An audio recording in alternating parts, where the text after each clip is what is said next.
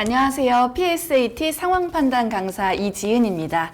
우리 이번 시간에는 법률저널 7회 전국모의고사 상황판단 영역에 대해서 이야기를 해보도록 할 거고요. 여러분 아무래도 우리 지난번 6회 모의고사가 정말 상황판단 영역이 어려웠다라는 것 알고 있고요. 사실 6회 모의고사 같은 경우에는 제가 보통 실전 모의고사를 출제할 때 퀴즈 문제는 한 번이라도 유사한 문제를 풀어봤냐, 풀어보지 않았느냐가 실전에서 낯선 문제를 만났을 때의 경험에 엄청나게 큰 그 체감 난이도에 엄청 큰 영향을 미친다는 것을 알고 있어서 조금 유명하고 여러분들이 반드시 풀어봤으면 좋겠는 접근법들이 담겨있는 문제를 조금 욕심부려서 많이 출제했었다라는 거 확인해 볼 수 있죠. 그래서 6회 모의고사 같은 경우에는 우리의 목표, 한 문제라도 더 낯선 문제를 경험해보자에 있었다면 이 7회 모의고사 같은 경우에는 물론 상황판단 영역은 낯선 퀴즈가 주는 그런 어려움이 있다라는 거 알고 있어서 다른 영역에 비해서 분명 녹록지 않은 시험이셨을 거라는 것은 알고 있지만 그럼에도 우리 조금 문제, 주어진 조건, 규칙을 쫓아가고 보기와 선지를 적극적으로 활용하면 답에 도달할 수 있는 그런 우리 기출과 유사한 난이도의 문제들을 다수 출제했습니다. 그래서 우리 지금까지 풀어보는 모의고사들 이렇게 우리가 경험을 쌓아가면서 여러분 물론 원하는 점수를 맞지 못하고 있어서 좌절하거나 힘들 때가 많다라는 것 알고 있습니다. 그렇지만 모의고사는 모의고사죠. 시험을 보러 갈 때야 기출과 똑같은 마음으로 응시해야 모의고사에서도 우리가 충분히 좋은 경험을 쌓아갈 수 있겠지만 모의고사의 점수가 나왔을 때는 우리 어떻게 생각해야 돼요? 내가 지금 하나라도 더 틀려봐야 실전에서 하나라도 더 맞을 수 있다. 이 한 번 틀려봤으면 두 번, 세 번 틀리지 않으면 되는 거기 때문에요. 이게 실전이 아니라서 정말 다행이다라고 생각해 주시고요. 우리 기출에서, 실전에서는 조금 더 내가 지금 모의고사를 보면서 좀 아쉬웠던 부분들, 실수했던 것들 이런 부분들 정리하고 챙겨서 더 탄탄하고 좋은 점수 안정적으로 맞고 오실 거라고 우리 생각이 듭니다. 그럼 우리 빠르게 1번 문제부터 이번 해설 강의 진행을 해보도록 하자. 1번 문제는 단순한 우리 법조문 일치부합 형태의 문제 출제되고 있었고요. 우리 어렵지 않게 정오 판단 가능하죠.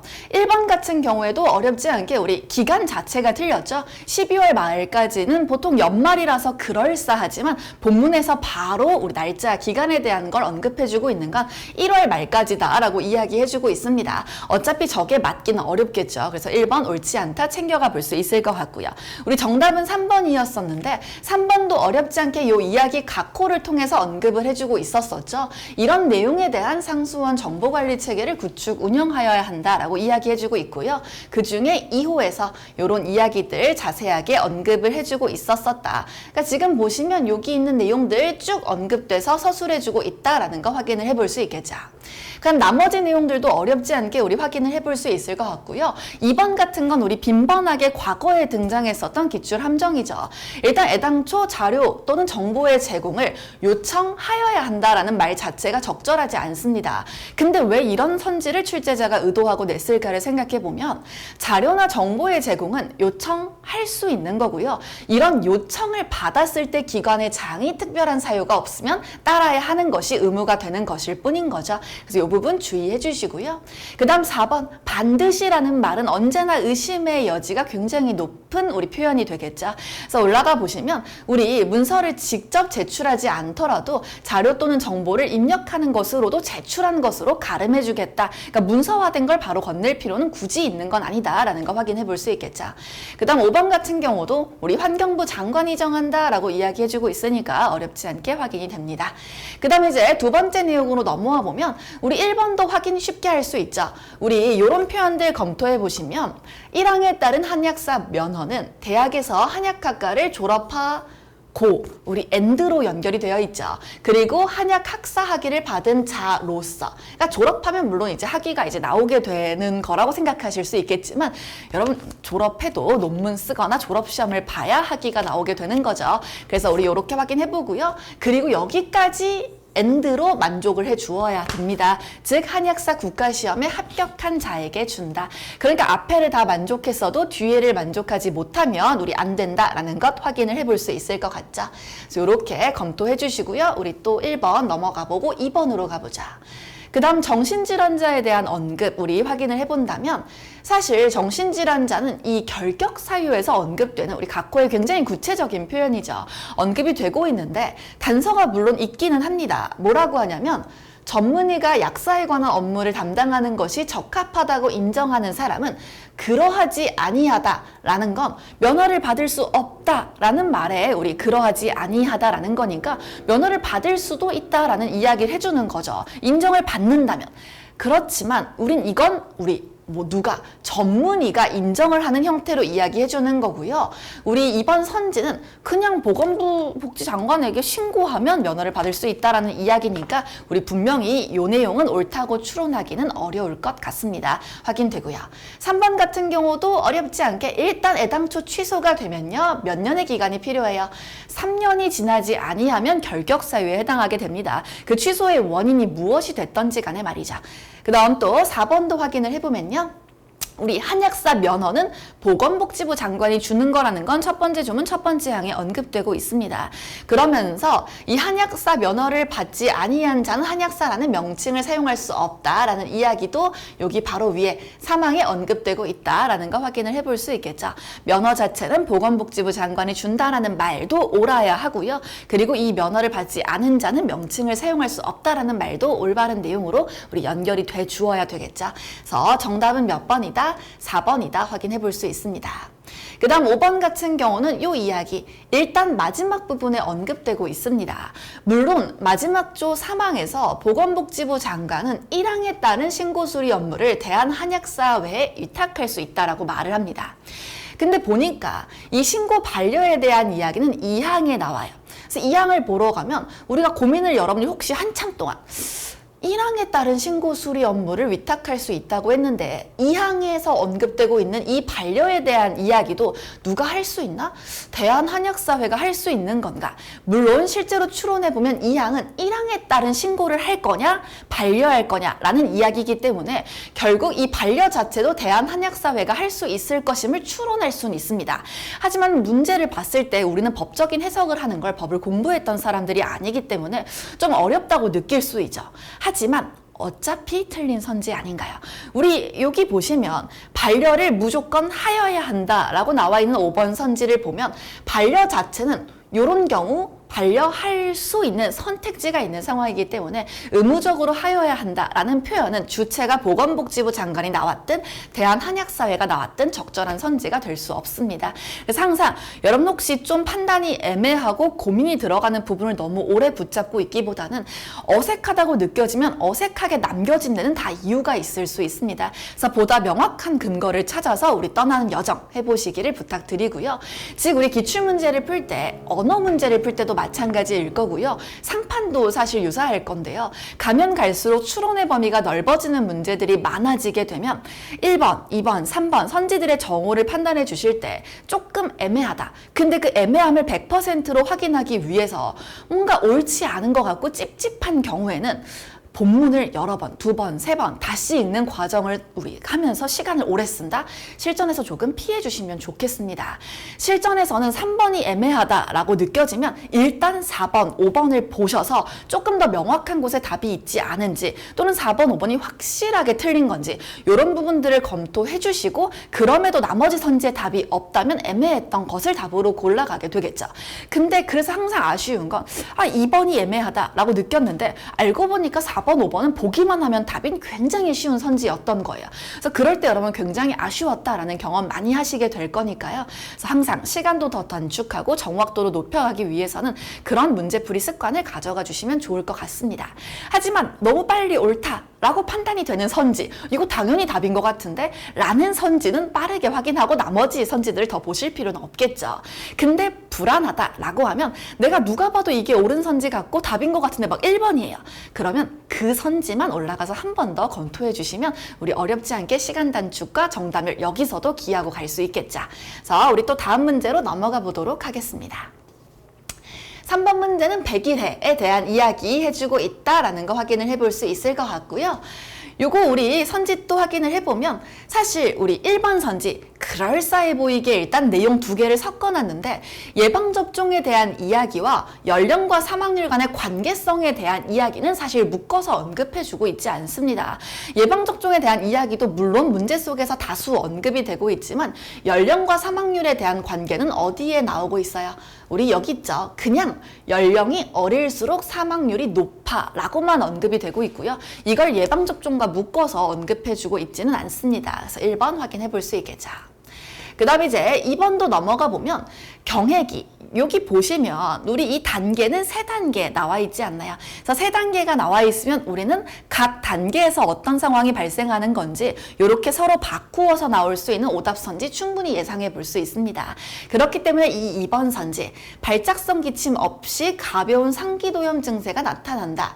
올라가서 확인해 보시면 일단 가벼운 상기도염 증세가 나타난다라는 것도 1단계의 이야기고요. 그리고 2단계 자체는 발작성, 짧은 호기성 기침이 계속된다라는 이야기 있으니까요. 여러모로 틀린 선지다라는 것 확인해 볼 수 있습니다.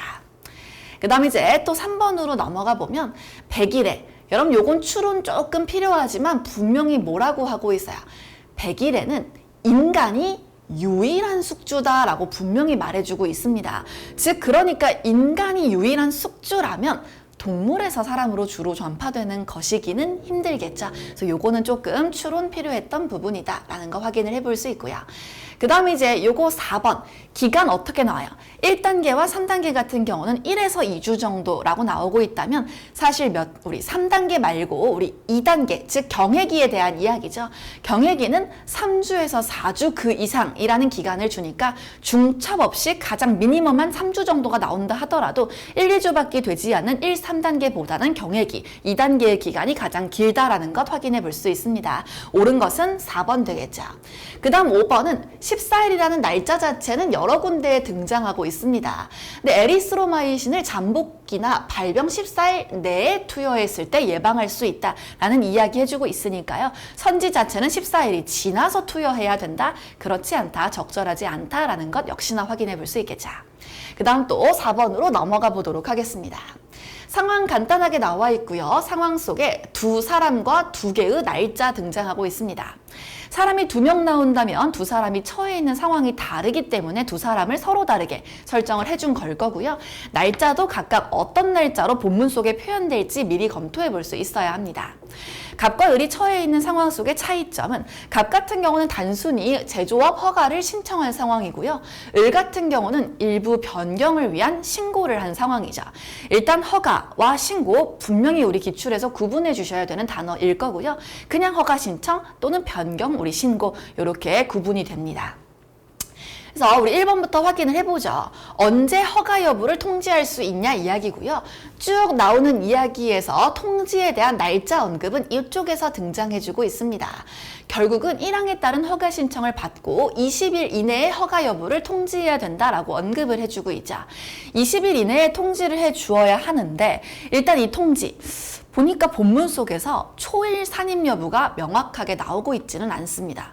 즉 언제로부터 7월 5일 허가를 신청한 거니까 만약에 7월 5일을 초일로 해서 이 초일을 포함한다면 20일 카운트 해주시면 19일을 뒤로 가주셔야 되니까 24일까지일 거고요. 그 다음 만약에 이 20일을 초일을 포함하지 않고 그냥 20일 뒤로 보내주시게 된다면 25일까지가 될 거예요. 근데 요 이내에 통지하기만 하면 되는 거 아닌가요? 즉 그러니까 설령 25일까지 25일 이내에 통지를 해야 하는 거라면 24일 날 통지를 했어도 문제가 없다라는 거 알 수 있겠죠. 그래서 충분히 24일은 초일 산임 여부랑 무관하게 안전한 날짜다라는 것 검토해 볼 수 있습니다. 그렇기 때문에 우리 옳은 것을 고르는 것이라면 정답 몇 번이에요? 1번이다라는 것 확인을 해볼 수 있겠죠. 그래서 그 판단, 여러분 혹시 이거 25 아니야? 틀린 거 아니야? 우리 기출에서 이미 마지막 끝나는 기간 안쪽으로 들어오는 날짜를 주었을 때 옳은 판단을 해야 한다라는 거 이미 등장했던 방식의 우리 선지 정오 판단 근거였으니까요. 일부러 한 번 더 출제해서 여러분 확인을 시키고 있었습니다. 그 다음 나머지 우리 2번 같은 경우는 갑의 허가 신청 이야기 아닌가요? 그렇기 때문에 우리 아까 1번 판단하고 내려왔으면 요 기간 안에 통지하지 않으면 그 기간이 끝난 날의 다음 날이니까 만약 24일에 끝난 거라면 25일, 25일에 끝난 거라면 26일이 등장해야 되겠죠. 그럼 왜 13일 같은 날짜가 나왔다? 그냥 잘못 봐서 방금 위에서 20일 봤으니까 2번은 신고 이야기인가 7일 아닌가? 라고 판단하는 잘못된 판단을 요구하고 있었던 건데요. 요런 오류 우리 범할 일 없겠죠. 그래서 2번 옳지 않다 가져갈 수 있고요. 3번으로도 우리 넘어가 보죠. 3번은 허가를 받았으나 허가가 취소됐을 때 취소된 것과 같은 종류의 영업하는 이야기죠. 우리 이야기 어디서 찾을 수 있어요? 영업허가가 취소됐을 때 취소된 영업과 같은 종류의 영업을 하려는 경우 사망 2호에 있습니다. 1년이 지나지 아니한 자가 라고 이야기해주고 있으니까요. 우리 3번의 우리 선지는 1년 충분히 절대 지나지 않았다는 것도 검토해 볼 수 있을 것 같죠. 그 다음 이제 4번으로 보면 영업정지 처분을 받거나 영업허가가 취소되지 않았으면 충분히 우리 각호에 안 걸리는 거 아니야? 라는 판단을 시키고 있었던 건데요. 우리 각호의 내용 보시면 영업허가 취소에 대한 이야기 말고도요. 3호 같은 건 단순히 허가를 받고 싶을 때 피성년 후견인이거나 파산 선고를 받고 복권되지 아니했다면 요 3호에 걸리게 됩니다. 그래서 그 판단을 시키고 있었던 것이 우리 여기 4번의 이야기다라는 것 확인을 해볼 수 있을 것 같고요. 그 다음에 이제 5번으로 넘어오면 역시 언제까지 허가 여부를 통지해야 된다라고 이야기해 주는데요. 변경하는 신고는 여러분 여기 끊어읽기를 조금 잘 할 수 있는지를 물어본 거죠. 허가 여부 통지는 허가 여부 통지 기간과 묶이는 거고요. 신고 수리에 대한 통지는 또 신고 수리 통지 기간과 묶이는 거니까요. 요건 말 자체가 어색하죠. 신고에 대해서 통지해 줘야 되는 거기 때문에 허가 여부를 통지하는 건 사실 적합하지 않은 이야기가 되겠습니다. 그래서 이렇게 확인을 해보시면 좋을 것 같겠죠. 이때 와서 얘가 이전에 허가사항을 허가를 했던 거를 그걸 지금 와서 허가 여부를 통지하는 게 의미 있는 날짜가 아니죠. 얘는 허가사항의 일부를 변경하고 싶었던 거니까 이 변경하는 신고에 대해서 통지해 주는 것이 이 기간이 돼야 됩니다. 그래서 우리 확인해 보시고 또 넘어가 보시면 좋을 것 같죠. 그 다음에 이제 5번으로 넘어가 보시면요. 요거 우리 이제 슬슬 빨리 넘어가 볼 건데요. 1번 같은 경우는 요거 경찰 관서의 장이 어디에 해당하는지를 요구시키는 거예요. 이하 뭐뭐라 한다. 긴급 구조기관에 해당하는지 물어봤던 거고요. 얼마든지 서로 바꾸어서 등장할 수 있다라는 거. 이하 뭐뭐라 한다라는 표현은 기출에서 언제나 중요하다라는 거 우리 알고 있기 때문이죠. 그래서 그 부분 검토해 볼 수 있고요.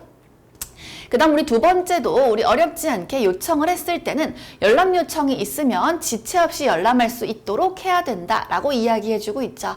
여기 있습니다. 개인정보의 제공을 요청할 때 보관해야 되고요.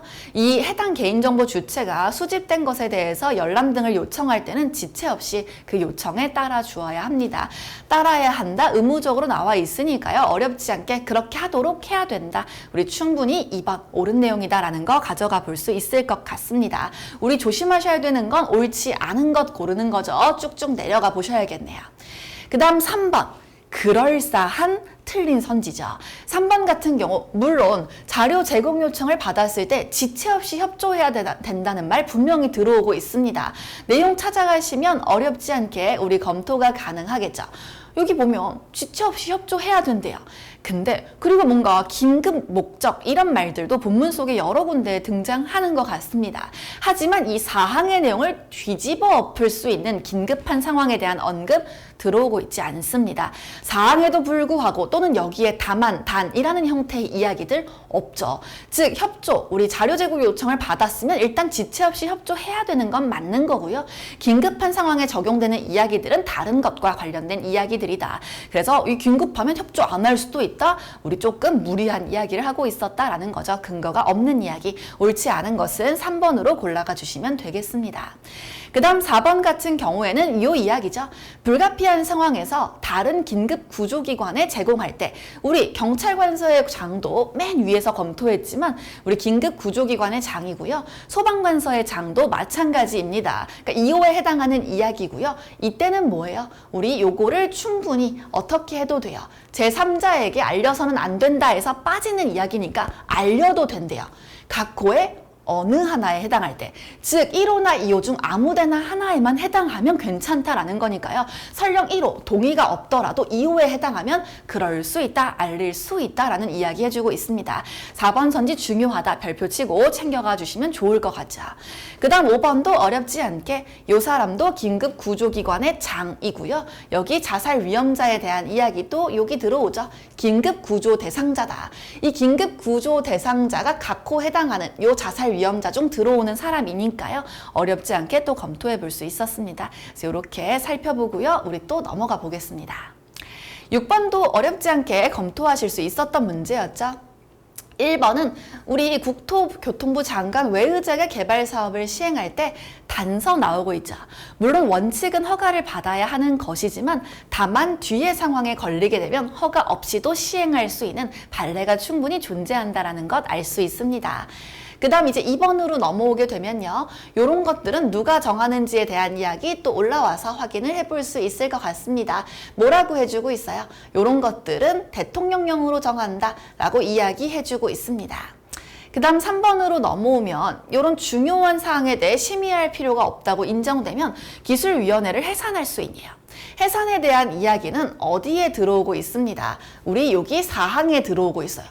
근데 4항은 구성 목적을 달성했다고 인정할 때 라고 이야기해주고 있는 거죠. 그러면 구성 목적이 뭐냐라는 거예요. 여러분 요즘 트렌드는 법조문 제목 옆에 괄호를 주고 있는 경우가 굉장히 많죠. 구성 목적이라고 분명하게 언급해주고 있는 첫 번째 조가 존재했습니다.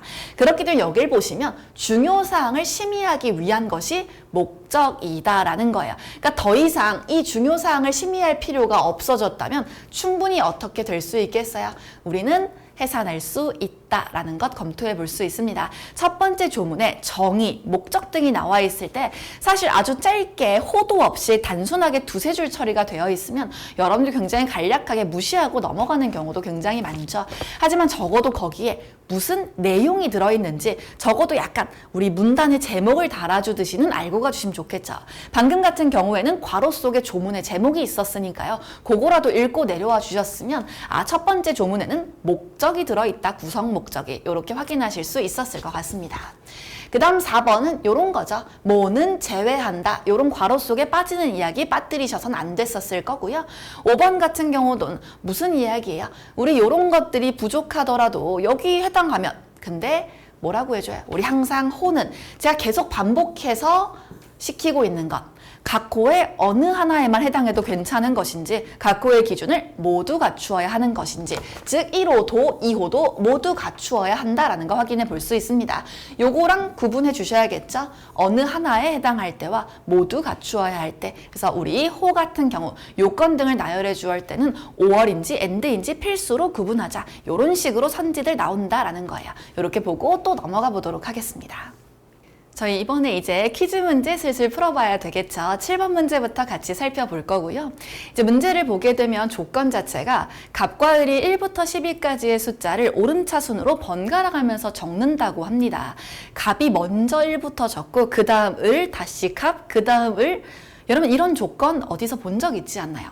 우리 5급 기출문제 중에서 굉장히 어려웠던 논리추론 문제로 꼽히는 퍼스널 컬러 문제 한번 떠올려 보시면 우리는 8개의 이제 색상 천들이 있을 텐데 웜톤과 쿨톤인 사람들이 그 천을 번갈아 가면서 대보게 됩니다. 그래서 그 문제에서 가장 핵심 장치 중에 하나는 항상 첫 번째 대보는 천이 만약 웜톤 사람이 대보게 되는 거라면 첫 번째, 세 번째 1, 3, 5, 7 천을 웜톤이 2, 4, 6, 8을 쿨이 가져가게 되고 만약에 첫 번째 천이 쿨이라면 쿨이 1, 3, 5, 7, 웜이 2, 4, 6, 8 왜? 숫자는 언제나 홀수와 짝수가 번갈아 가면서 주기 2개를 가지고 번갈아 가며 등장하고요. 마찬가지로 우리는 여기서도 마찬가지죠. 1부터 12의 숫자는 홀짝이 번갈아 가고 사람은 둘밖에 없으니까요. 그래서 사실 이 문제 얼마든지 혼자서 그냥 숫자를 오름차순 순으로 써넣는다라는 식의 문제를 구성할 수도 있었지만 여러분들이 그 기출의 장치를 떠올려 보셨으면 하는 마음에 이런 조건 넣어봤습니다. 사실 그러니까 이 문제 속에서 하단부에 있는 이야기인 갑이 처음으로 써놓은 수는 뭐다? 1이다. 을이 세 번째로 써놓은 수는 6이다. 이런 부분들 활용시키면 1번은 툭한 인접해 있으면 절대로 7의 배수가 될 수 없다 했으니 7 불가능하네. 이렇게 좀 빠르게 기억은 어떻게 보면 그냥 주는 보기처럼 풀기를 바랬었다라는 거죠.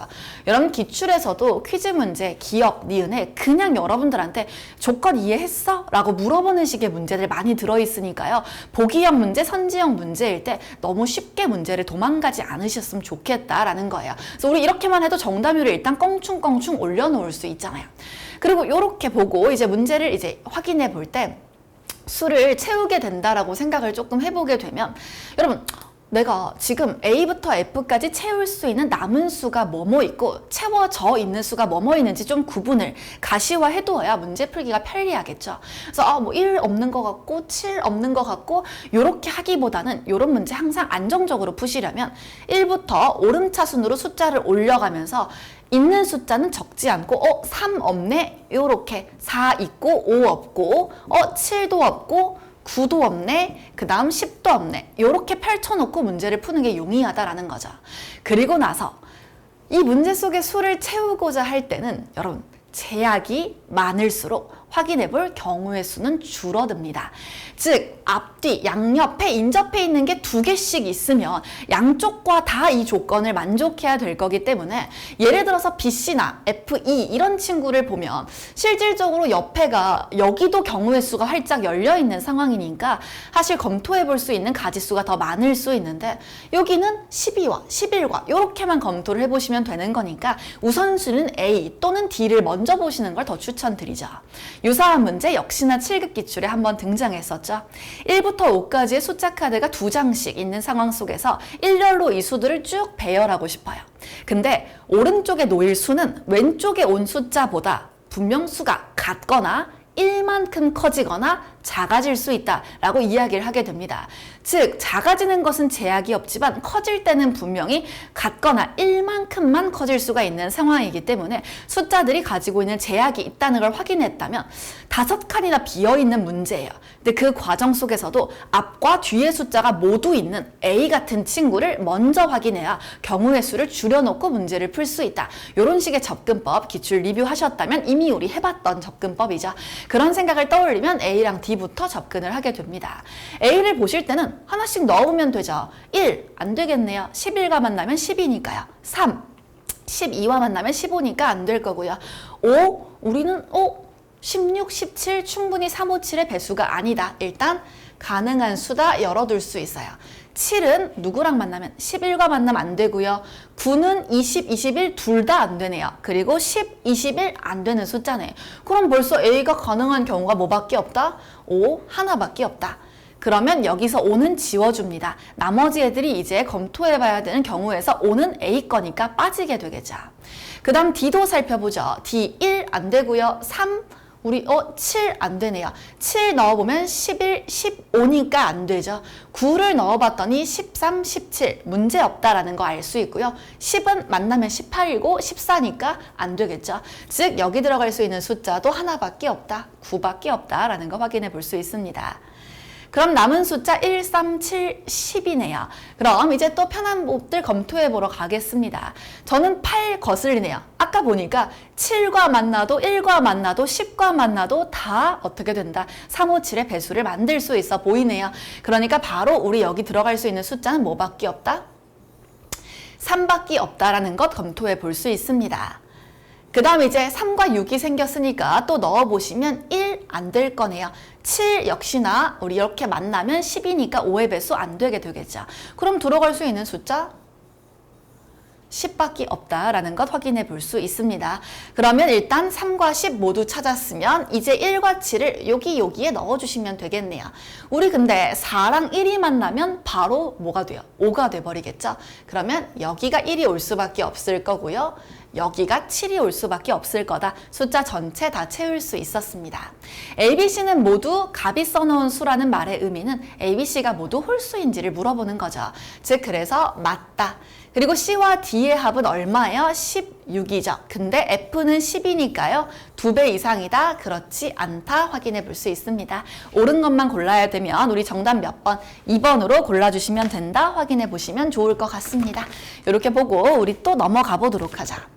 다음 문제로 가보면 일단 우리 실전에서 무조건 풀어주셔야 되는 형태의 비교, 평가 문제고요. 그런 건 이런 표를 봐도 확인을 해볼 수 있죠.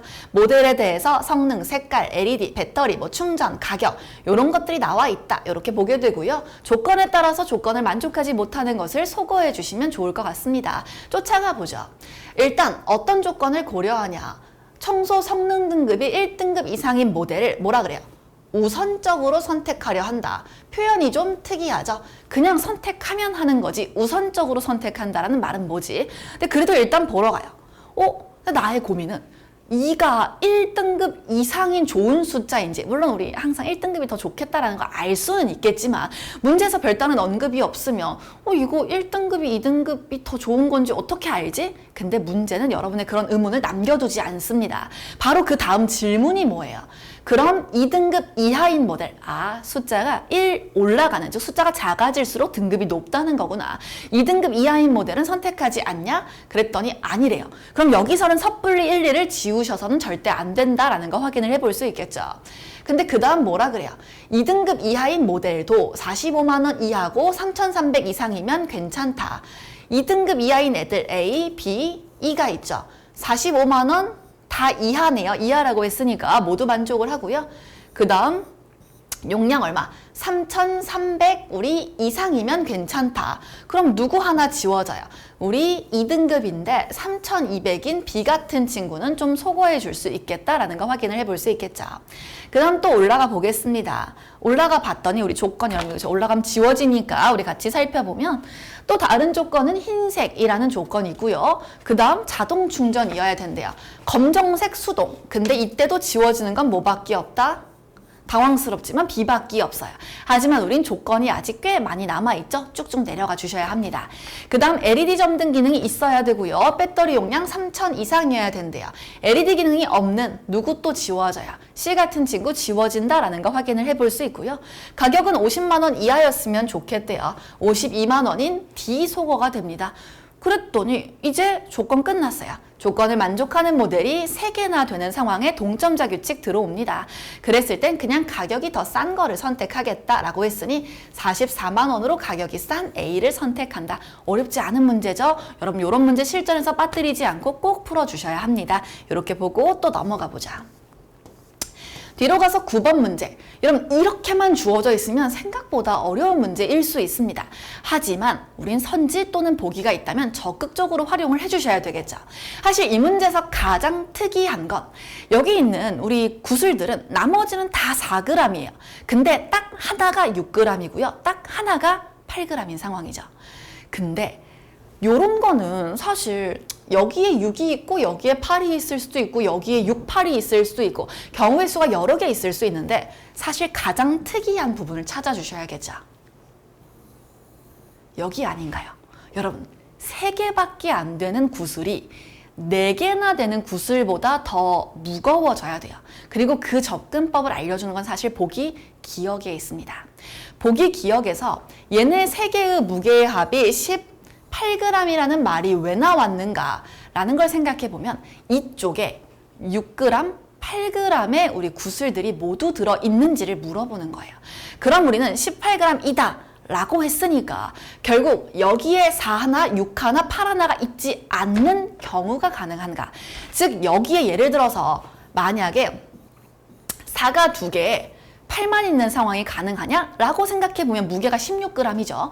그럼 이쪽으로 넘어와서 생각을 해보게 됩니다. 자그마치 4개나 있잖아요. 아무리 6g이 여기 놓여있는 것에 올려오고 있지 않는다 하더라도 4 곱하기 4, 16입니다. 그러니까 여기에 무게를 아무리 가장 가볍게 가져가도 여러분 16g이라는 거예요. 그러니까 여기가 무겁다, 수평 아니죠? 무겁다라는 건 여기는 16g을 초과해야 돼요. 3개로.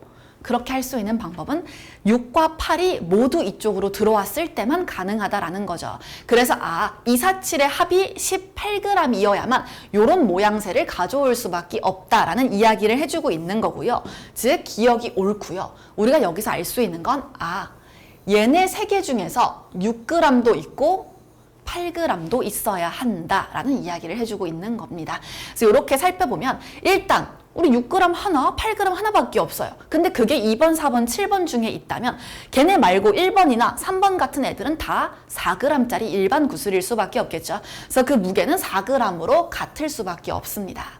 그 다음 역시나 8번과 9번의 구슬의 무게의 합은 247이 아니니까요. 당연히 4g짜리 구슬이라 8g이에요. 그러니까 우리한테 디귿보기가 물어보는 건 7번 구슬이 8g짜리 구슬이냐 아니냐를 물어보라는 거죠.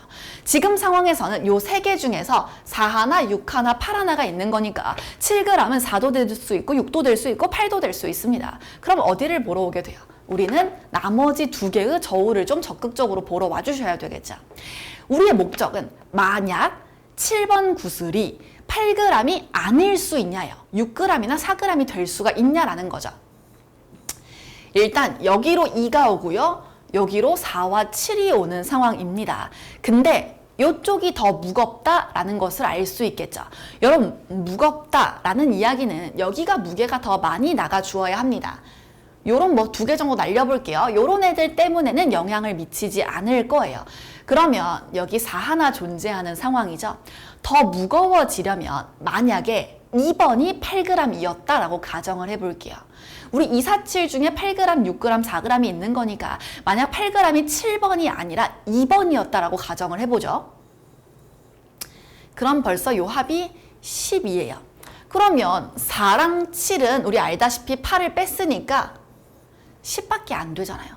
12보다 10이 더 무거울 수는 없는 거죠. 그렇기 때문에 2번은 뭐가 아니다. 8번이 8g짜리 구슬이 아니다. 그러면 2, 4, 7 중에 후보 하나를 줄였어요. 또 올라가서 생각을 해볼게요. 같은 과정이에요. 만약에 여러분 이번에는 4번과 7번 중에 8g짜리 4번이 될 수 있느냐를 보는 거죠. 마찬가지 아닌가요? 이런 거 좀 날려주시고 생각을 해보면 우리 아까 2번도 절대로 8g은 아니다라고 했으니까 4번을 비교하잖아요. 4번에 8g이 들어오게 된다라고 생각해보면 이 두 개의 무게의 합은 우리 얼마이다? 12g이에요.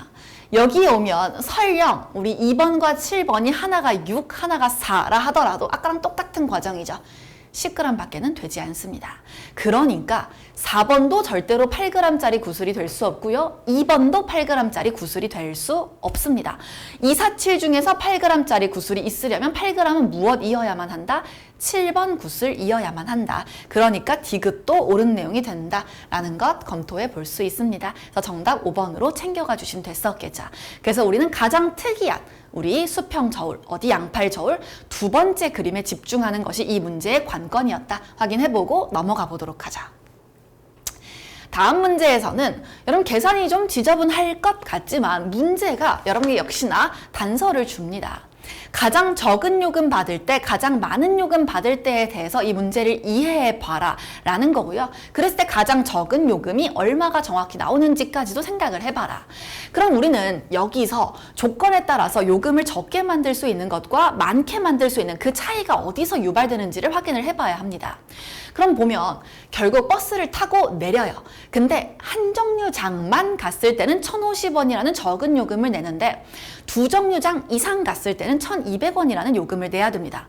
근데 문제의 특이한 점은 두 정류장 이상 갔을 때에는 두 정류장 갔는지, 세 정류장 갔는지, 네 정류장 갔는지를 구분하지 않고 있습니다. 그러니까 우리는 그냥 한 정류장 갔냐, 안 갔냐, 요것만이 이 문제의 관건이다라는 거 알 수 있죠. 그러면 요금을 최소화하려면 요금의 차이는 두 개밖에 없잖아요. 한 정류장 갔냐, 두 정류장 이상 갔냐. 그럼 요금을 적게 만들고 싶으면 어차피 사람 수는 고정되어 있는 거니까 한 정류장만 간 사람을 최대한 많이 만들어 주어야 합니다. 즉 예를 들어서 A에서 이 하차한 5명, 여기야 뭐 당연한 이야기겠죠. 이 10명 중에 있을 거다라는 것을 알 수 있어요. 그랬을 때 A에서 하차하지 못한, B로 와서 하차하지 못한 A 탑승객 나머지 5명은 웬만하면 멀리 보내줘야죠. 왜? 이제부터는 무차별이에요. B에서 내리지 않았다면 C에서 내리나 D에서 내리나 E에서 내리는 것은 무차별이에요. 무슨 말이냐면 그 5명은 잠깐 내비두고요. B에서 승차한 3명도 무조건 여기에 다 내리게 만들자라는 거예요. 즉 3명이 모두 여기 내리면 한 명은 누구야?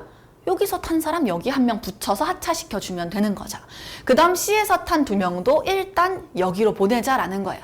그러면 2명 C에서 탄 사람 내리고 남은 1명 아까 A에서 못 내린 사람들 A에서 탄 그 사람 여기 내려주면 되겠네.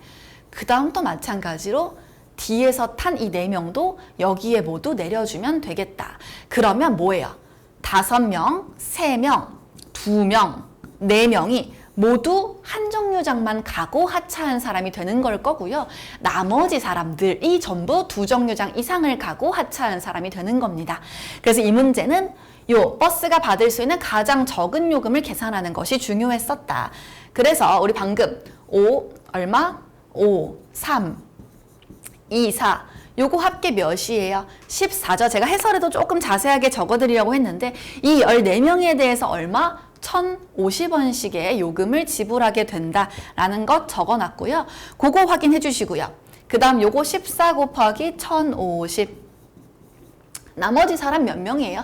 나머지 사람 같은 경우에는 여기 5명 남아있고요. 나머지 숫자 우리 확인해 주실 건데 조심하셔야 되는 건 여러분 하차랑 승차를 더하면 안 되죠. 승차한 사람이 하차하는 거니까요. 아, 결국은 5명만 더 있다. 이 사람들이 얼마? 1,200원을 내게 되는 거네. 이렇게 검토해 주시면 됩니다. 요 계산 결과값은 제가 적어드렸죠. 그래서 확인해 주시면 될 것 같아요. 이렇게 보고요. 그러니까 기억하고 디귿을 그렇게 풀자라는 이야기를 하고 있었던 거예요. 그럼 니은은 반대의 상황이죠. 최대한 멀리 가서 내려야 한다라는 이야기를 해주고 있는 거예요. 근데 멀리 갈 때도 결국 A가 이번에는 더 중요한 역할을 이번엔 하게 돼요. 왜냐면 A가 일단 여기서 5명 하차하는 건 불가피한 상황이야. 근데 그 나머지 5명 같은 경우에는 어떻게 해줘야 돼요? 최대한 일찍이 앞자리를 채워줘야, 즉 이 5명이 최대한 여기로 꽉꽉 채워서 가주어야 B가 2정류장 이상을 갈 수 있는 상황을 많이 만들 수 있겠죠. 그래서 가장 어떻게 많은 요금을 받을 때는 오히려 A에서 탑승했던 사람들을 최대한 빨리 내려주게 하고서 나머지 애들을 2정류장 이상 갈 수 있게 만들어주는 것이 핵심이었다. 그래서 한번 기억과 디귿을 푼 것을 바탕으로 니은도 다시 한번 풀어봐 주시면 좋을 것 같고요. 그래서 물론 문제에서는 물어보진 않았어요.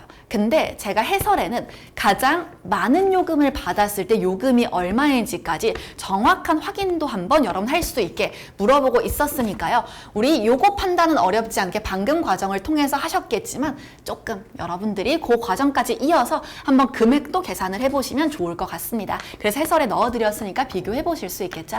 이렇게 보고요. 우리 또 넘어가 보도록 하죠. 그러니까 방금 과정에서 니은은 저랑 했던 이야기를 통해서 바로 답 나오게 되니까 정답은 기억, 니은, 디귿 5번이 될 거고요. 그 다음 11번도요. 여러분 보기가 문제에 굉장히 중요한 힌트가 됩니다.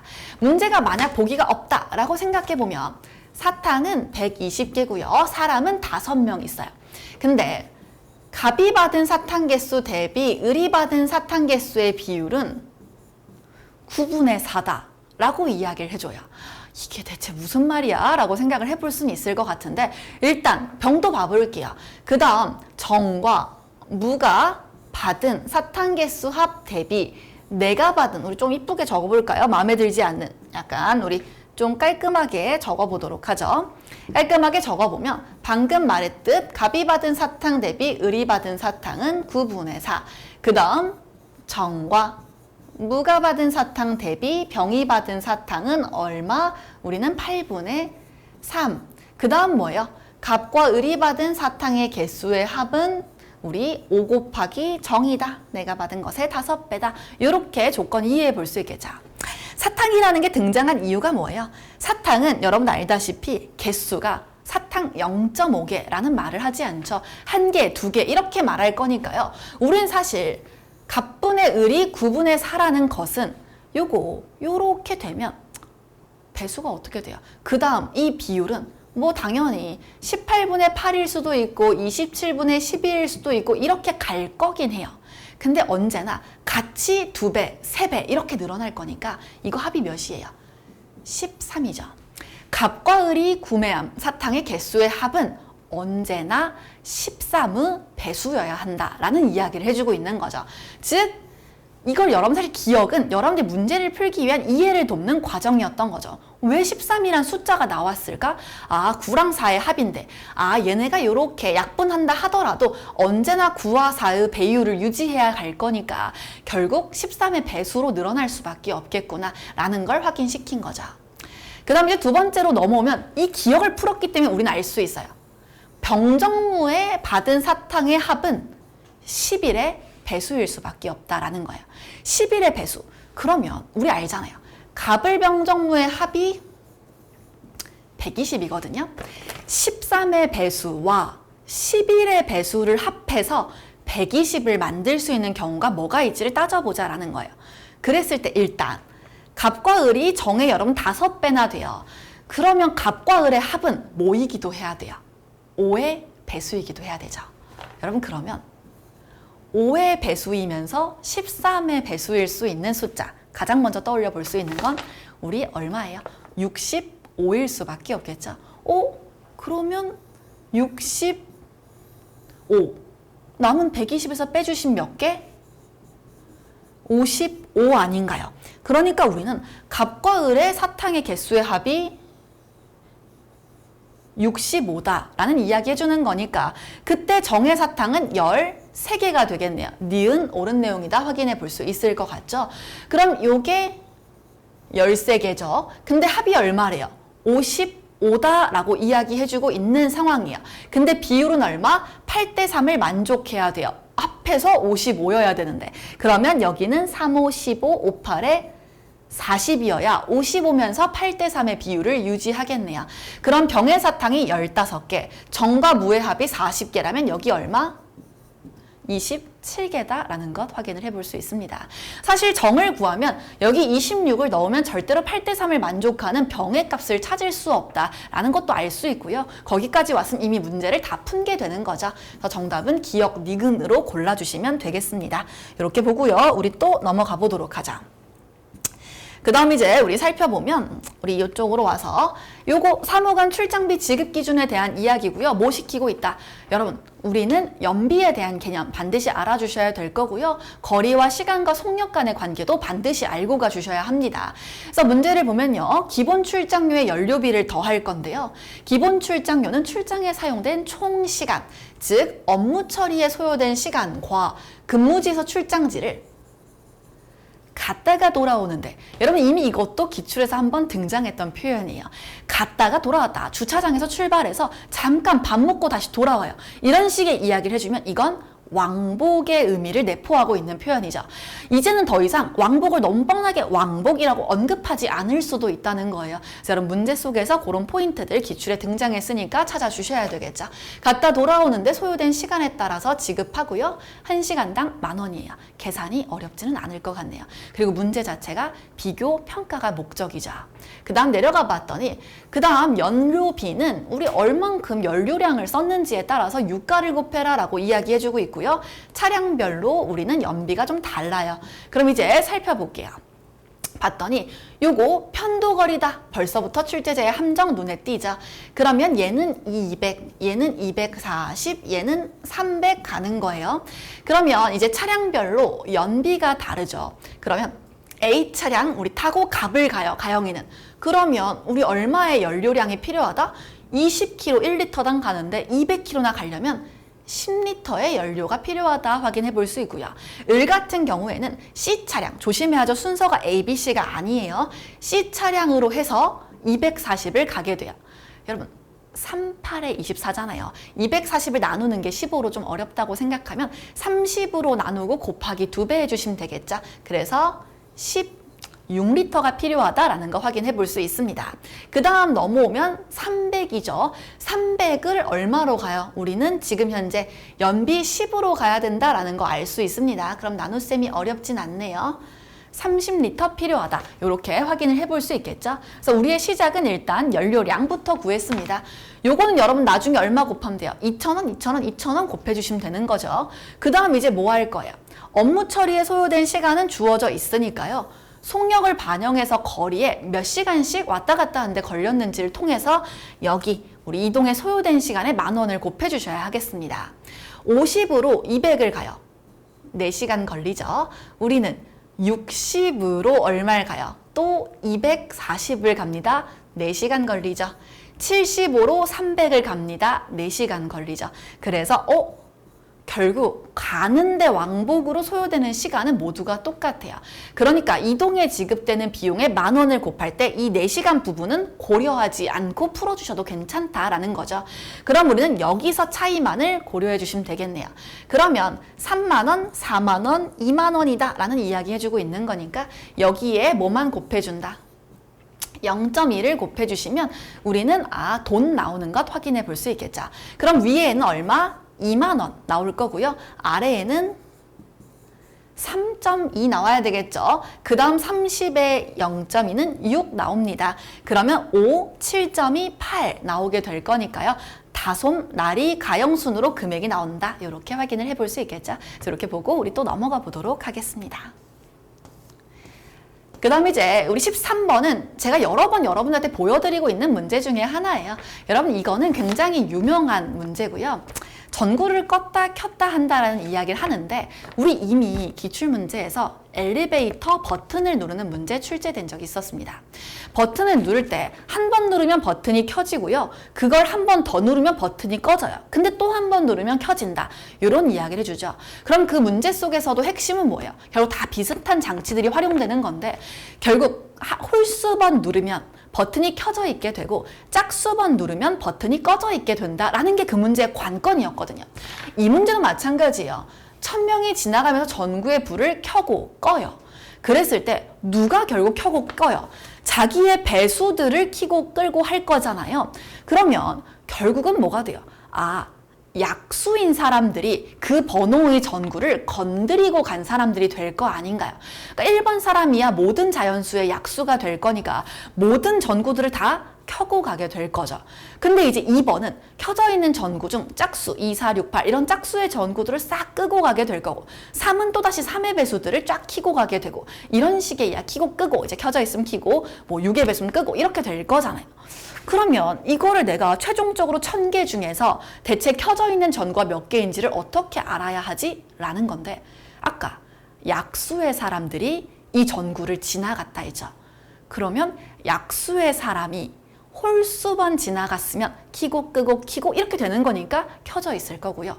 결국 약수인 사람들이 짝수번 지나갔으면 전구는 꺼져 있을 거예요. 우린 이 문제 핵심보다 1000 이하의 숫자 중 약수의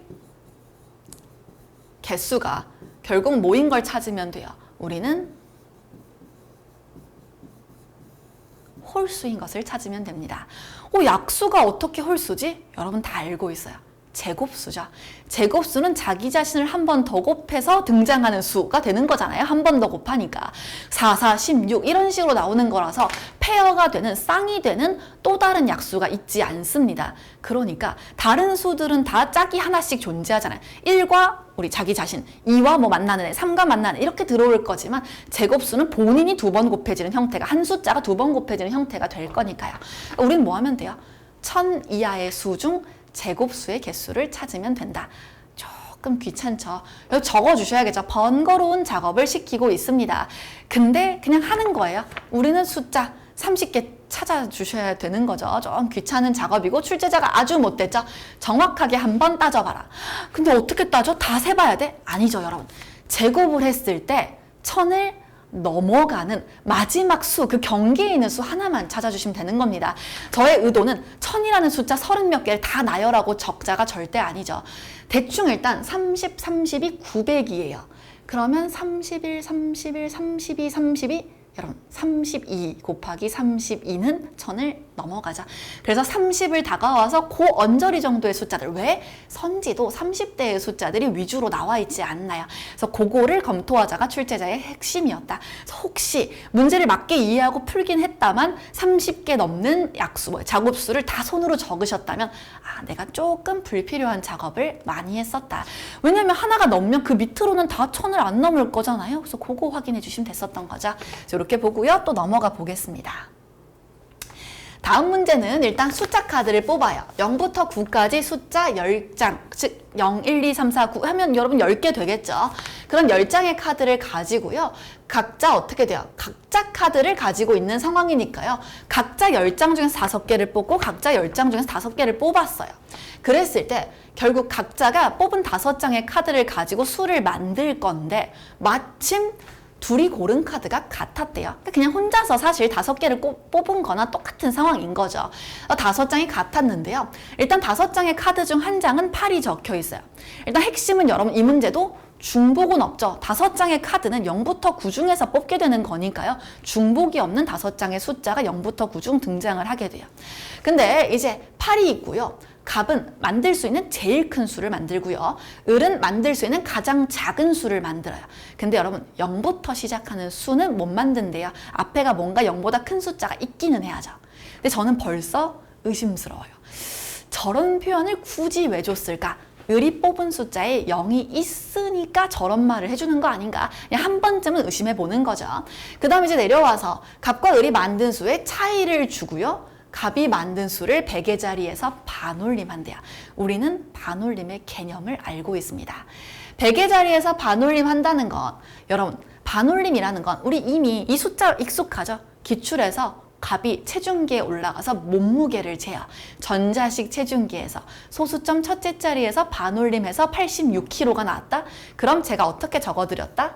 85.5보다 크고 86.5보다 작을 때 결국 그때 갑의 체중계에 표시되는 무게가 뭐가 될 수 있다? 86kg가 될 수 있다. 이런 말을 한단 말이야. 물론 그 문제는 65kg의 무게가 나오긴 했지만 똑같은 원리로 생각을 해보자면 이렇게 들어오겠죠. 그러니까 우리는 결국 85 이상 865 미만일 때 100의 자리에서 반올림을 했을 때 86000이라는 숫자가 등장할 수 있습니다. 그러면 생각을 해볼게요. 여러분 85대의 숫자가 나오려면 855, 856, 857, 858, 859 이런 숫자들일 건데요. 그러면 갑은 그런 숫자를 절대로 만들지 않았을 거예요. 왜요? 생각해보면 우리는 갑은 만들 수 있는 가장 큰 숫자를 만들었다고 했으니까 100의 자리에 올 수 있는 숫자가 1000의 자리에 올 수 있는 숫자보다 더 클 수 있으면 이 둘의 순서를 바꿨었겠죠. 이렇게 856 이런 상태로 수를 남겨두지 않았을 거다. 만들 때부터 865로 만들었었겠죠. 그래서 85대의 숫자를 만드는 것은 불가능하다라는 이야기 해주는 거죠. 그러면 벌써 보기 하나 해결됐죠. 두 번째로 온 숫자가 갑이 숫자를 가장 큰 걸 만들었으니까 첫 번째로 온 숫자가 8, 가장 큰 수가 될 수밖에 없고 두 번째로 온 숫자는 5가 될 수가 없는 이유를 밝혀주었잖아요. 무조건 6일 수밖에 없을 거예요. 그래서 두 번째로 큰 수는 5다, 옳지 않다라는 거죠. 그러면 우리 경우의 수가 줄었네요. 할 수 있는 건 8, 6, 4, 8, 6, 3, 8, 6, 2 그리고 여러분 861은 고려해주지 않아도 될 것 같은데 861 하면 뒤에 두 개나 더 작은 숫자가 와줘야 되는데 1보다 작은 숫자는 0 하나밖에 없어서 수를 만들 수 없죠. 그럼 이렇게만 고려를 좀 해보도록 하겠습니다. 근데 우리가 하나 더 정보를 알잖아요. 갑이 만든 수랑 을이 만든 수를 빼주면 55962가 나와야 된대요. 55962가 나와줘야 된대요. 여러분 근데 갑이 만든 수에서 을이 만든 수를 빼면 55962가 나온다. 반대로 말하면 갑이 만든 수에서 55962를 빼주면 을이 만든 수가 나온다라는 것도 확인해 볼 수 있겠죠.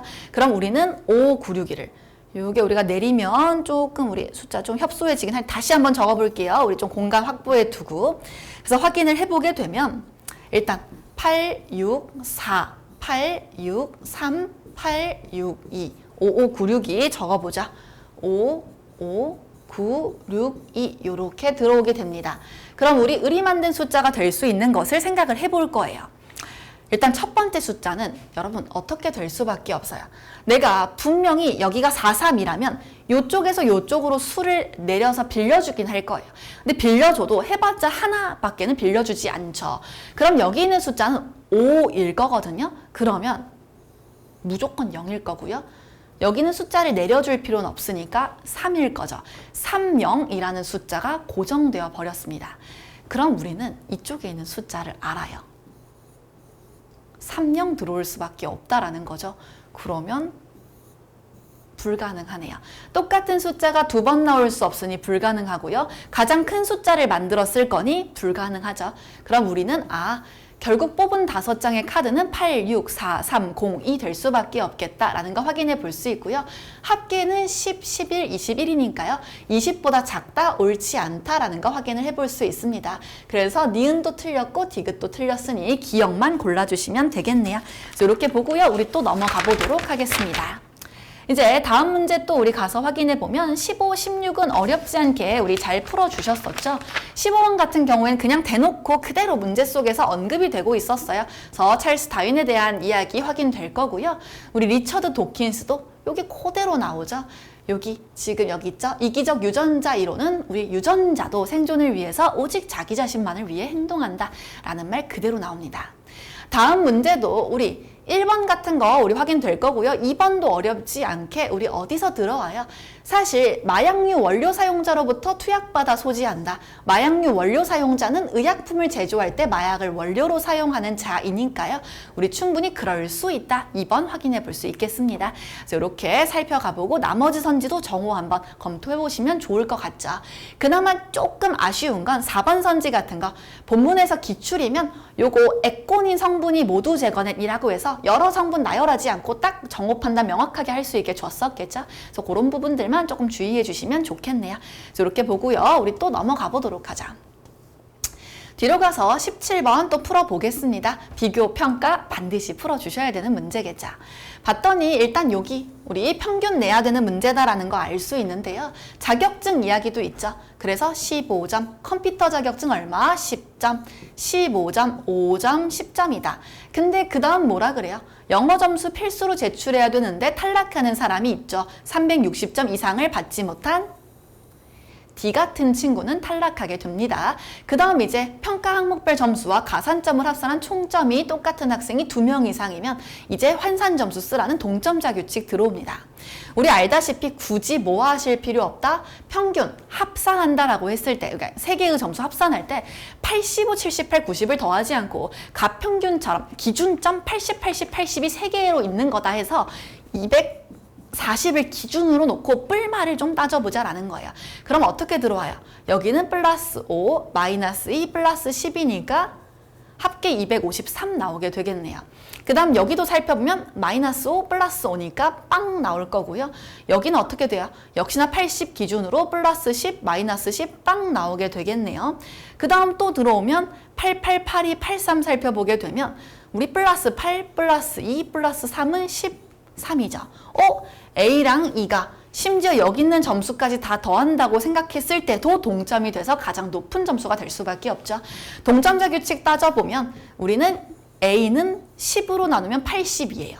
근데 탭스 점수는 3.5로 나누면 여러분 보이겠지만 요건 100보다 큰 숫자 나온다라는 거 확인해 볼 수 있으니 정확한 값 구하지 않더라도 2가 더 크다. 이렇게 확인을 해주시면 되겠습니다. 그래서 이렇게 보고 또 넘어가 보자.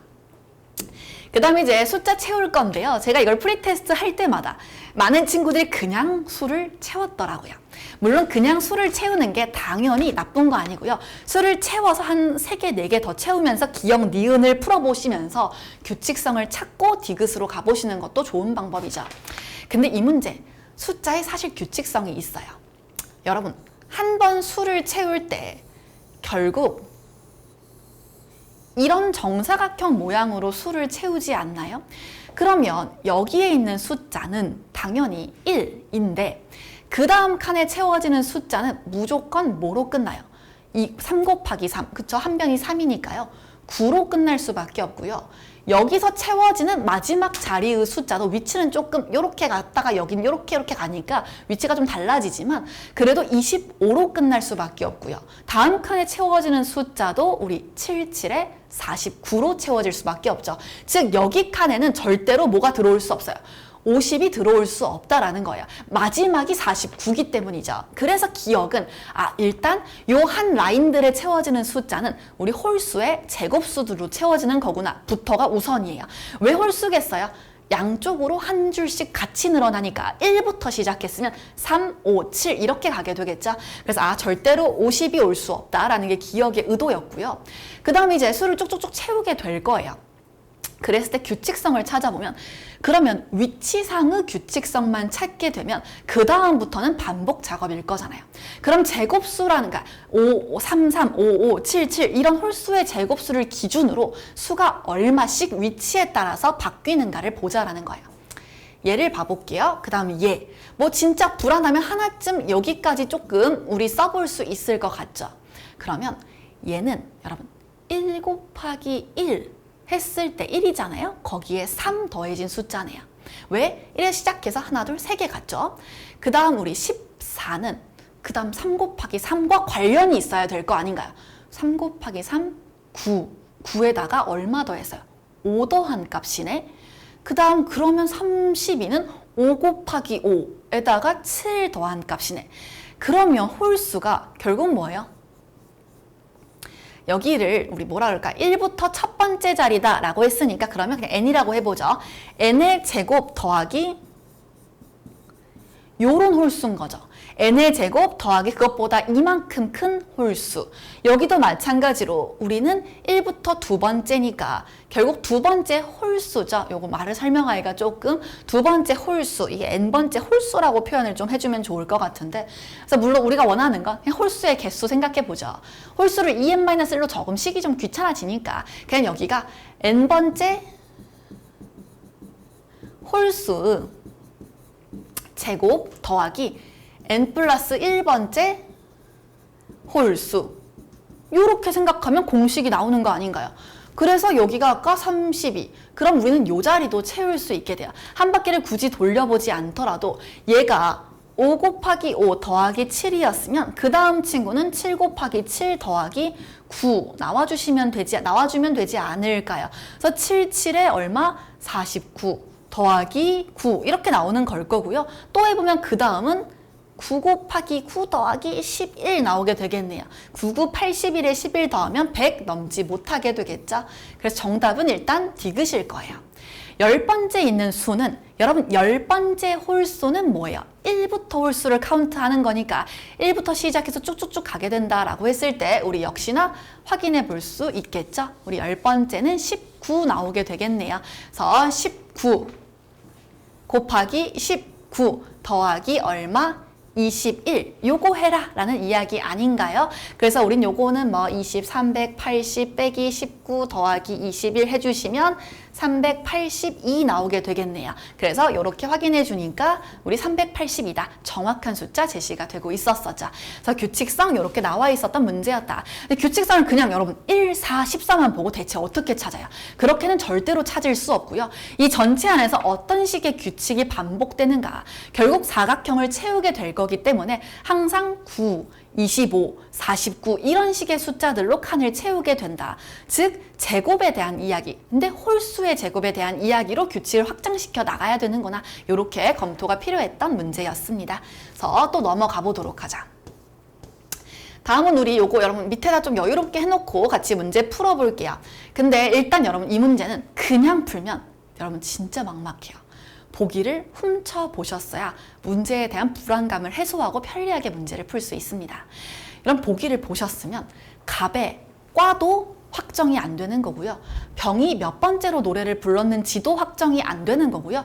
을의 학번도 확정이 안 되는 거예요. 즉 표가 뻥 뚫려 있을 수 있다는 걸 알고 문제를 푸셨어야 됐다라는 이야기 해주고 있는 거죠. 그럼 우리 제가 이제 조건을 왔다 갔다 하기 그러니까 넓게 해놓고 여러분 한번 문제 보시면서 저랑 풀어보시면 좋겠습니다. 그래서 일단은 저는 이게 몇 번째 순서다라고 적고 싶은데 왜? 누가 더 먼저 마지막이라는 말이 있으니까 1, 2, 3, 4, 5를 적고 싶어 보이지만 막상 조건 속에서 1, 2, 3, 4, 5 몇 번째 노래가 많이 등장하는지 잘 모르겠어요. 물론 1, 2, 3, 4, 5로 적으셔도 문제 푸는데 지장 전혀 없습니다. 근데 노래 번호랑 왔다 갔다 하는 게 좀 번거로워서 저는 그냥 편의상 갑을병정모로 적어볼게요. 제가 한번 여러분들은 또 편하게 보시라고 우리 또 다른 방식으로도 표에는 정리를 해드렸어요. 그래서 해설은 과로 정리를 해드린 거 확인해 볼 수 있겠죠. 어떤 걸 축으로 잡아도 이 문제는 크게 무방하긴 하고요. 노래 순서로 잡으셨다면 노래 이름도 순서로 바꿔놓고 조금 봐주시면 좋았을 거예요. 그래서 일단 갑을병정모로 놓고 채워봅니다. 처음 시작부터 정치외교학과 학생은 22학번이래요. 잘 모르겠어요. 어딘지 모르지만 22학번에 정치학과를 넣어줘야지 라는 생각만 하고 내려가 보자. 그 다음 무는 무슨 과래요?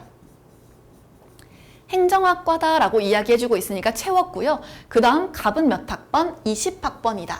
그럼 여러분 알겠지만 적지 않아도 갑의 과는 정치외교학과 될 수 없고요. 무의 학번은 22학번 될 수 없습니다. 그 다음 이제 내려가 보면 정은 갑보다 2년 늦게 입학했대요. 그러면 22학번이다 라는 거 확인할 수 있고요. 22학번 찾는 순간 그래도 요거 퍼즐 좀 채워주시면 좋았겠죠. 그리고 나서 을은 전자공학과다. 여기로 전자 넣어주게 됩니다. 그 다음 갑은 마지막 순서로 노래를 불렀다. 5번째 순서로 노래를 좀 불렀다라는 거고요. 그 다음 이제 22학번 학생은 빅거를 불렀대요. 그냥 통일해 주려고 24번이다 라고 좀 적어줄게요. 그 다음 이제 우리 을은 첫 번째 순서로 노래를 불렀다. 1이라는 거 알 수 있고요. 그 다음 문은 23학번이다 라고 말을 해주고 있습니다. 채웠죠. 그 다음 24학번인 학생은 누군진 모르지만 여기 오겠죠. 그 24학번인 학생은 나는 피곤한 건 딱 질색이니까를 부르지 않았대요. 그럼 24학번은 뭘 부르면 절대 안 된다? 3번 노래를 부르면 안 된다. 요렇게 하나 퍼즐 또 만들어 줬어요.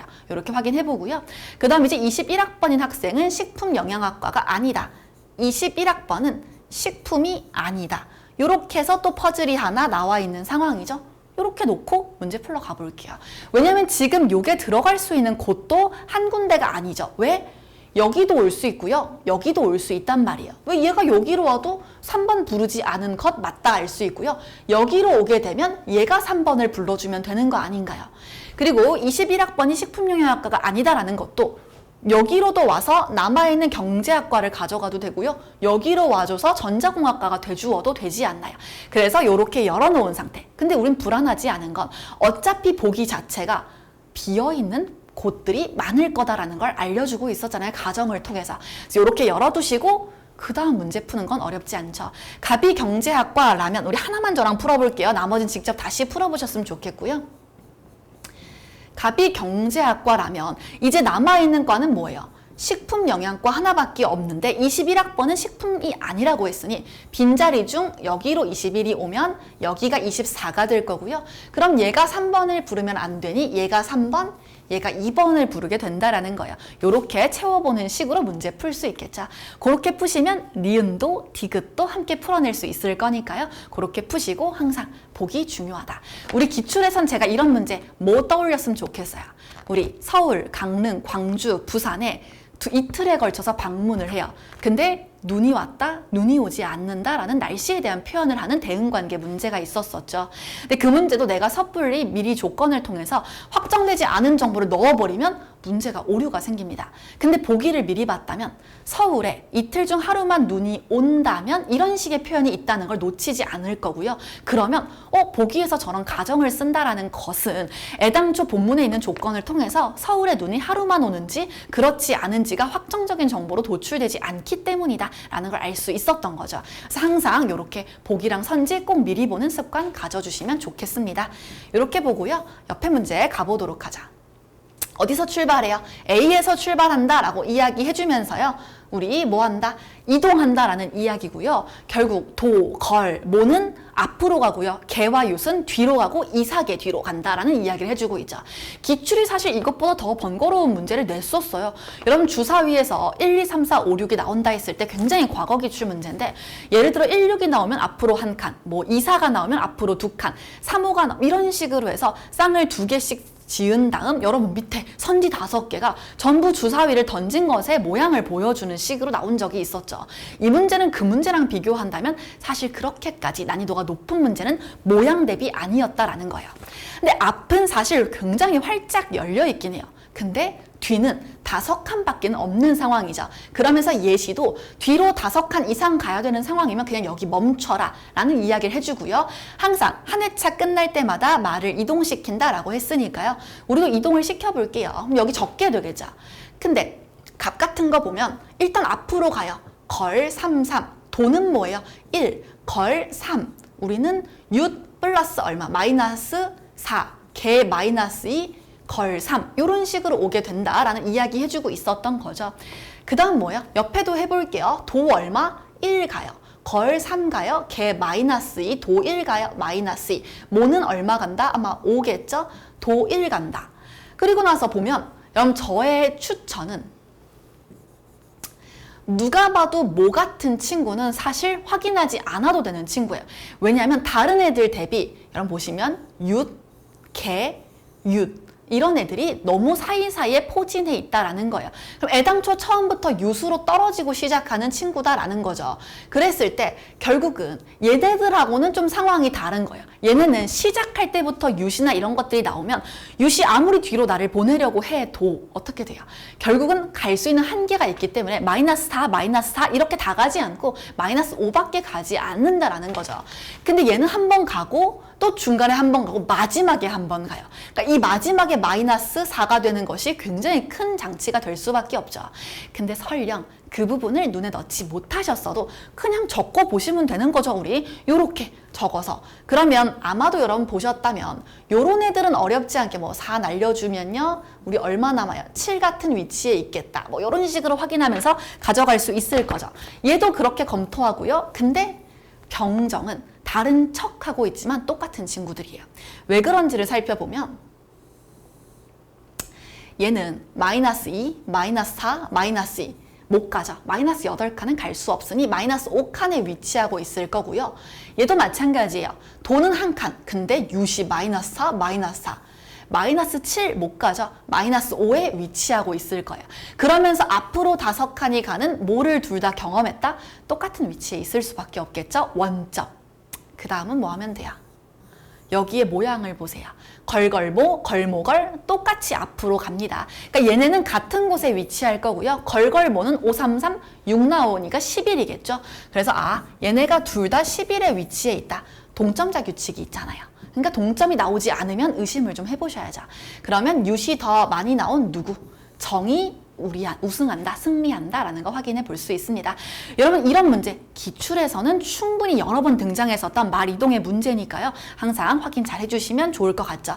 그리고 제가 뭐 안 했어요? 굳이 여기서 말의 위치를 포인트 짚지 않았죠. 숫자 그냥 상쇄하고 최종적인 결과값의 수만을 봤다라는 것도 확인해 주시면 좋겠습니다. 그 다음 넘어가면 이 문제 어렵지 않죠? 여러분 다 잘 풀어주셨을 거고요. 파스칼의 삼각형 유럽 아니고요. 기원 중세에도 연구를 했었고요. n번째 행에 배열된 숫자 합은 n제곱 아니죠. 뭐 2의 n승 형태로 들어올 수밖에 없는 형태니까요. 아니고요. 그 다음 파스칼의 삼각형을 구성하는 모든 숫자. 아래 그림만 봐도 아니에요, 여러분. 1 소수 아니다라는 거 알고 있으면 빠르게 소거할 수 있고요. 이항정리의 개수 분명히 여기 확인할 수 있다라고 이야기해주고 있으니 답은 4번. 대칙성 우리 분명히 규칙적이다라는 식의 이야기를 쭉 언급해주고 있고 또 그림을 통해서도 볼 수 있었죠. 그래서 21번 확인했고요. 그 다음 보시면 여러분 이 문제 결국 뭐 시켜요? 2, 4, 8, 16 요거 결국 문제 속에서 이야기해주면서 이 전개식에 따라서 이야기 쭉 해주지만 합계값의 규칙은 2의 n승의 형태로 흘러가게 됩니다. 대신 n번째 줄일 때 조심하셔야 되는 건 2의 0승부터 시작하기 때문에 n번째 줄일 때의 합계는 2의 n-1이다라는 거 요것만 좀 주의해 주시면 좋겠네요. 즉 8번째 함정이 그거였죠. 8번째 오는 수의 합은 2의 8승이 아니라 2의 7승이 되어야 하니까 128이어야 하고요. 니은이랑 기억은 여러분 얼마? 2의 25승, 2의 16승의 차이를 물어보고 있었던 거니까 2의 9승이죠. 그래서 2의 9승 우리 512 확인을 해주시면 500 이상이다.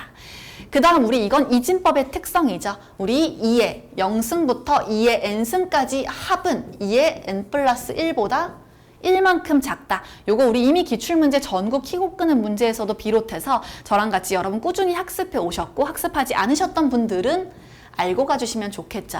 그래서 요 특징을 보면 결국 뭐예요? 우리 합보다 작다 챙겨가 볼 수 있습니다. 그래서 이렇게 해서 우리 살펴가 주시면 정답 4번이었죠. 또 다음 문제 넘어가 보겠습니다.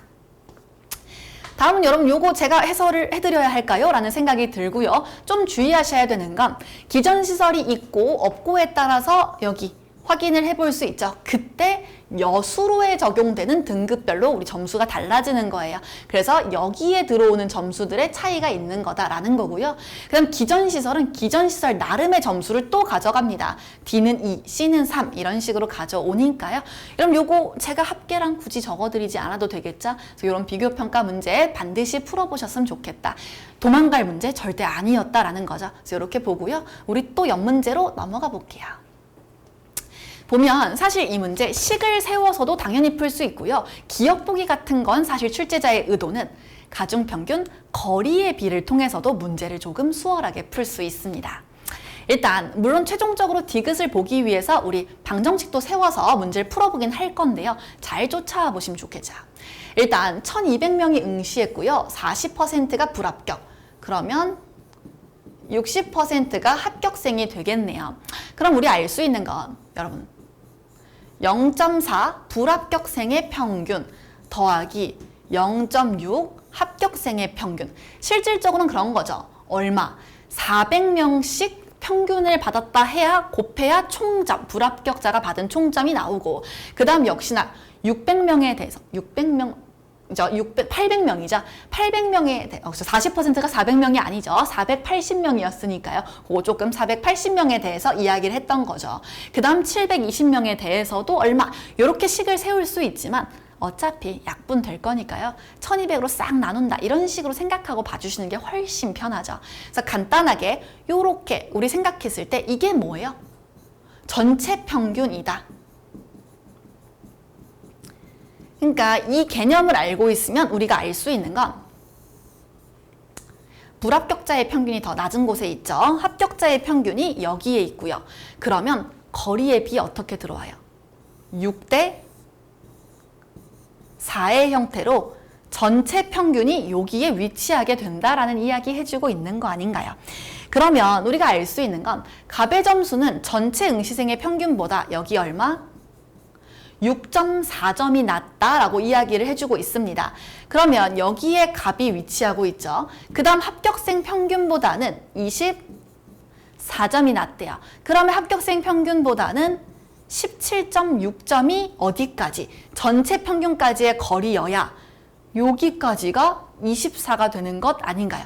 그럼 사실 여기가 17.6이면 여기 6의 거리를 찾는 것도 가능해져서 요만큼의 거리도 구할 수 있습니다. 근데 일단 우리 문제는 요 17.6만큼만 물어봤으니까 확인을 해볼 수 있겠죠. 그래도 한번 여러분들이 이렇게 가중평균 거리의 비, 이미 상판 기출에서도 여러 번 등장을 했었기 때문에요. 반드시 한번 숙지해서 그림으로도 이해해 주시면 좋을 것 같고요. 우리는 한번 마지막 보기로 가기 위해서 방정식 형태로도 문제를 풀어보도록 하겠습니다.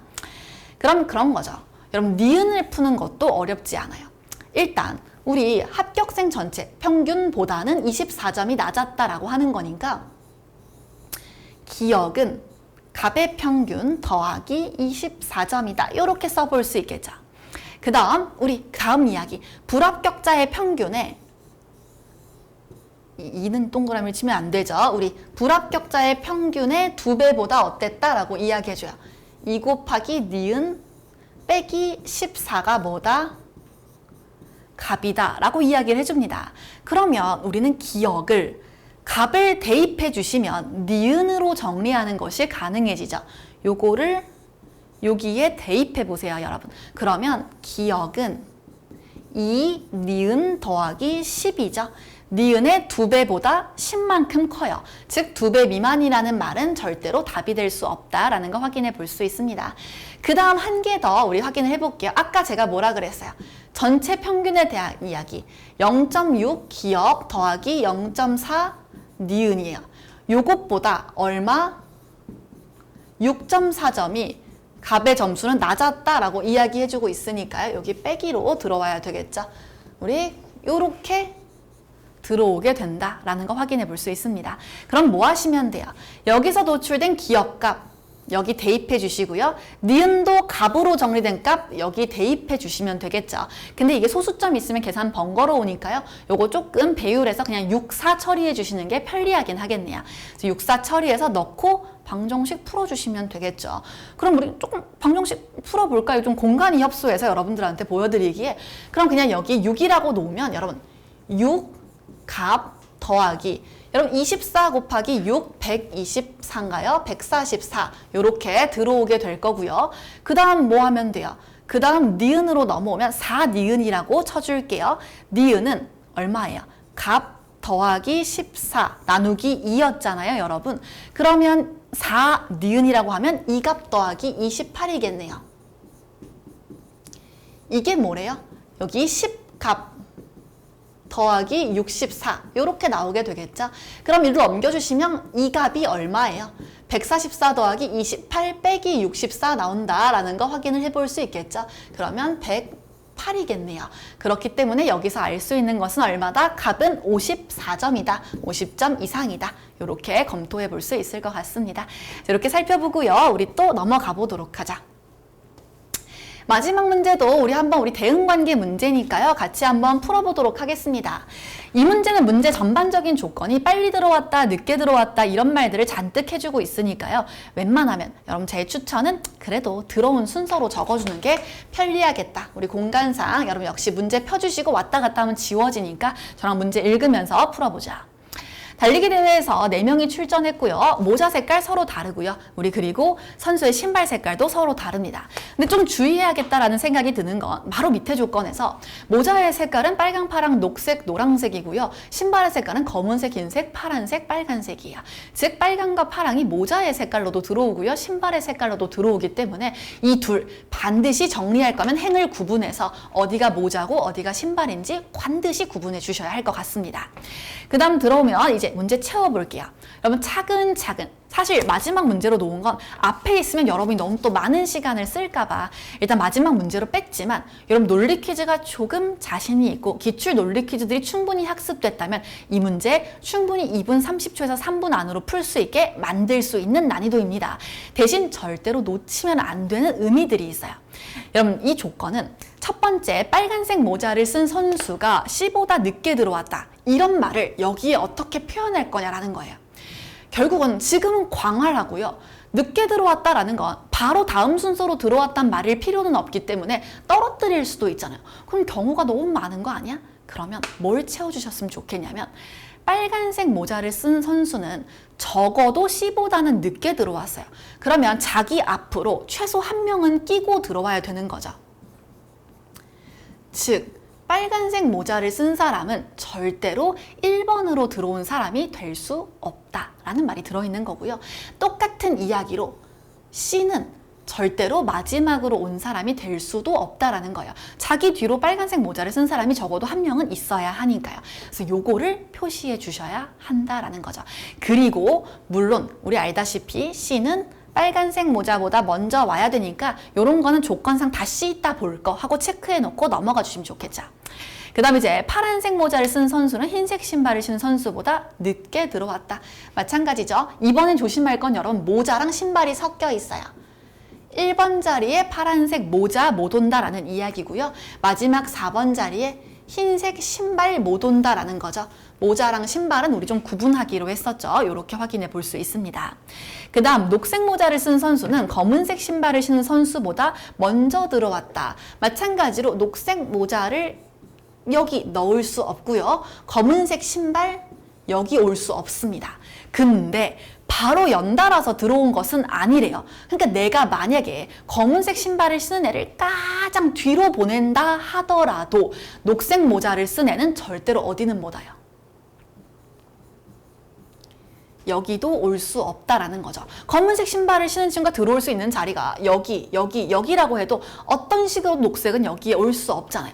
근데 같은 이유로 검은색이 여기로 오게 되면 녹색이 올 수 있는 자리는 여기밖에 없기 때문에 결국 바로 인접해 있지 않으려면 검은색 신발은 여기도 들어올 수 없습니다. 여러분 이 먼저, 인접, 나중에 이런 표현들이 생각보다 논리적인 우리 의미를 많이 함축하고 있다는 거 이 문제를 통해서 연습해 보셨으면 하는 마음에 가져왔었죠.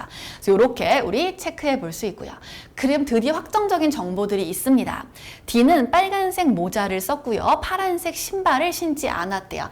어딘진 모르지만 D는 빨간 모자를 썼고요. 파란 신발을 신지 않았다. 우리 요렇게 요건 좀 지워놓고 가보도록 하죠. 확인을 해볼 수 있겠고요. 그 다음 살펴가 봤더니 A는 녹색 모자를 썼대요. A는 녹색 모자를 썼고요. 그 다음 C보다 늦게 들어왔대요. 그럼 여러분 지금 한번 확인을 해볼게요. 녹색 모자를 쓸 수 있는 사람은 1번 자리 또는 2번 자리밖에 없어요. 근데 A는 절대로 1번 자리에 올 수 없죠. C보다 늦게 들어왔으니까. 그럼 녹색 모자를 쓰면서 앞에 C 최소 한 명을 데리고 나와야 되는 자리는 어디밖에 없어요. 여기밖에 없죠. A는 여기로 와주어야 되고요. 무슨 모자 썼다? 녹색 모자 썼다. 그리고 여기가 누구 자리예요? A 앞으로 와야만 하는 C의 자리가 될 수밖에 없다라는 것도 확인을 해볼 수 있겠죠. 그 다음 빨간색 모자를 쓴 사람은 C보다 늦게 들어왔다는 조건은 C가 맨 앞에 있으니까 더 이상 활용될 수 없는 아까의 조건이었겠네요. 그 다음에 이제 B는 D보다 먼저 들어왔다. 남은 자리가 어디밖에 없어요. B는 D보다 먼저 들어왔다. 여기서 채워지고요. 그 다음 우리 아까 D는 빨간색 모자를 썼고요. 파란 신발을 신지 않았다고 했잖아요. 나머지들 이제 좀 채워보죠. 그러면 쓸 수 있는 이제 모자가 파란색과 노란색이 있을 건데 얘가 파란색을 못 썼다라고 말을 하고 있으니 파란색 모자를 썼을 거고요. 그 다음 모자와 신발의 색깔이 똑같대요. 그러면 신발도 파란색을 썼을 거다라는 것을 알 수 있게 되겠죠. 그러면 여기가 빨간색, 여기가 파란색, 녹색이라면 여기는 노란색 모자가 올 수밖에 없다라는 것 확인을 해볼 수 있을 것 같다라는 것 챙겨가 보시면 좋을 것 같고요. 여러분 검은색 X 쳐져 있으니 검은색은 어디밖에 못 와요? 여기밖에는 올 수 없다라는 거 확인해 볼 수 있겠죠. 그리고 제 기준, 저는 단 하나의 조건도 누락하지 않았다라는 확신이 있기 때문에 왜 이런 걸 표시하면서 왔잖아요. 그렇기 때문에 여기는 확정되지 않은 상태로 열려 있다. 근데 마침 디귿보기가 이미 여러분한테 그 힌트를 주고 있죠. A의 신발의 색깔은 C의 신발과 함께 확정되지 않고 경우가 열려 있다. 그래서 여기가 흰색과 빨간색이 서로 바뀔 수 있음을 내포해주고 있었다라는 거예요. 그래서 이렇게 풀고 문제 정호 판단해 주시면 되겠습니다. 그래서 물론 상황 판단이 절대 쉬운 우리 문제가 아닌 것들로 구성이 돼 있는 건 맞죠. 문제 하나하나가 저번만큼보단 당연히 쉬웠겠지만 여전히 힘든 과정이었을 거라는 건 알고 있지만 충분히 기출에서 만날 수 있는 난이도의 문제들이었으니까 이번 문제들은 한번 다시 여러분 좀 새 프린트 인쇄할 수 있으면 한 번쯤은 다시 풀어보시는 것을 추천드립니다. 특히 논리 문제들, 이 정도 난이도의 문제들 조금 출제자가 우리 못된 의도를 먹고 최근에 빈번하게 등장하고 있기도 하니까요. 연습해서 풀어갈 수 있게 만들어주시면 좋겠죠. 그리고 보기, 선지는 문제를 풀 때 엄청나게 중요한 힌트가 된다라는 것도 놓치지 않으시면 좋겠습니다. 그럼 정말 고생하셨고요. 시험 때까지 마지막 순간까지 하게 되는 실수나 또 반드시 챙겨가야 되는 것들 정리하고 들어가시면 시험에서 충분히 여러분이 잘 할 수 있는 것만 하고 오셔도 합격할 수 있을 거라고 믿고 있겠습니다. 그럼 저희는 또 나중에 좋은 기회에 뵐 수 있으면 좋을 것 같고요. 고생하셨습니다.